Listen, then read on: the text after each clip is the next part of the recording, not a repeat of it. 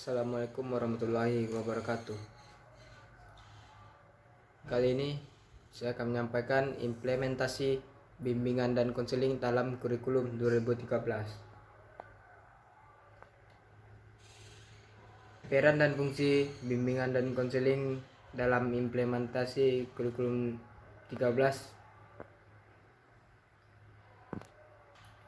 Peminatan peserta didik yang difasilitasi oleh bimbingan dan konseling tidak berakhir pada penetapan pilihan dan keputusan bidang keahlian yang dipilih peserta didik, melainkan harus diikuti layanan pembelajaran yang mendidik, aksesibilitas, perkembangan yang luas, dan penyiapan lingkungan berkembangan belajar yang mendukung. Untuk itu, bimbingan dan konseling berperan secara kolaboratif dalam hal sebagai berikut. Menguatkan pembelajaran yang mendidik. Bimbingan dan konseling harus meresap ke dalam kurikulum dan pembelajaran untuk mengembangkan lingkungan belajar yang mendukung perkembangan potensi peserta didik untuk mewujudkan lingkungan belajar dimaksud guru hendaknya.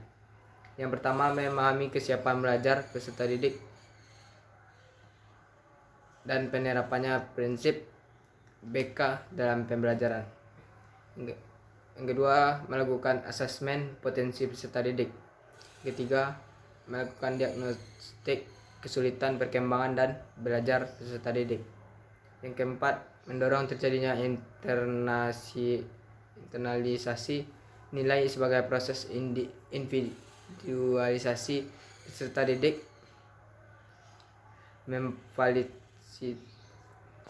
memfasilitasi advokasi dan aksesibilitas. Kurikulum 2013 menghendaki adanya diverifikasi layanan, jelasnya layanan peminatan.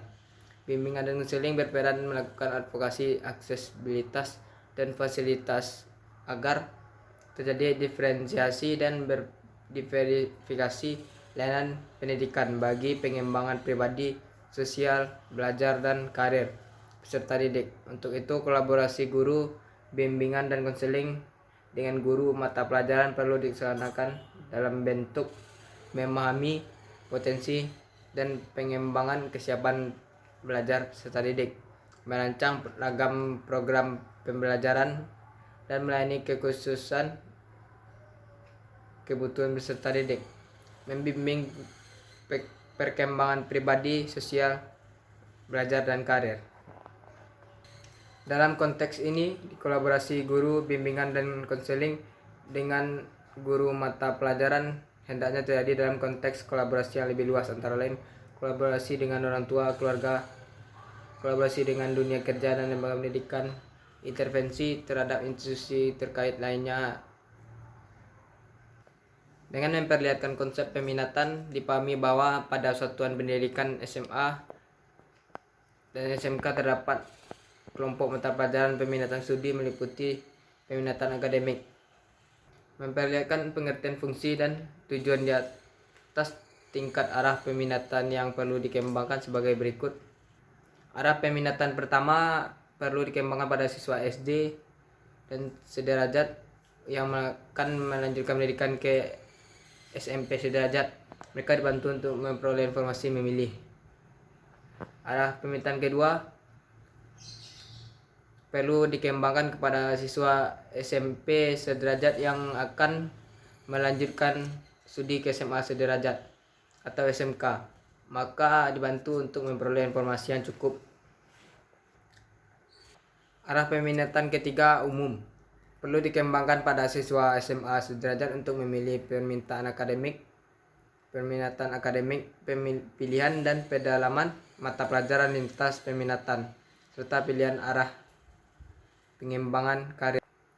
Arah peminatan ketiga kejuruan perlu dikembangkan pada siswa SMK untuk memilih peminatan vokasional, pilihan mata pelajaran lintas peminatan, dan mata pelajaran praktik atau kejuruan yang ada di SMK.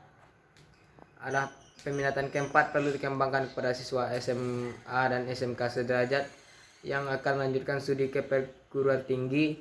Mereka dibantu untuk memilih salah satu fakultas yang ada di perguruan tinggi sesuai dengan bakal dan minat, serta pilihan peminatan atau pendalaman mata pelajaran yang bersifat akademik atau vokasional di SMA atau SMK sederajat.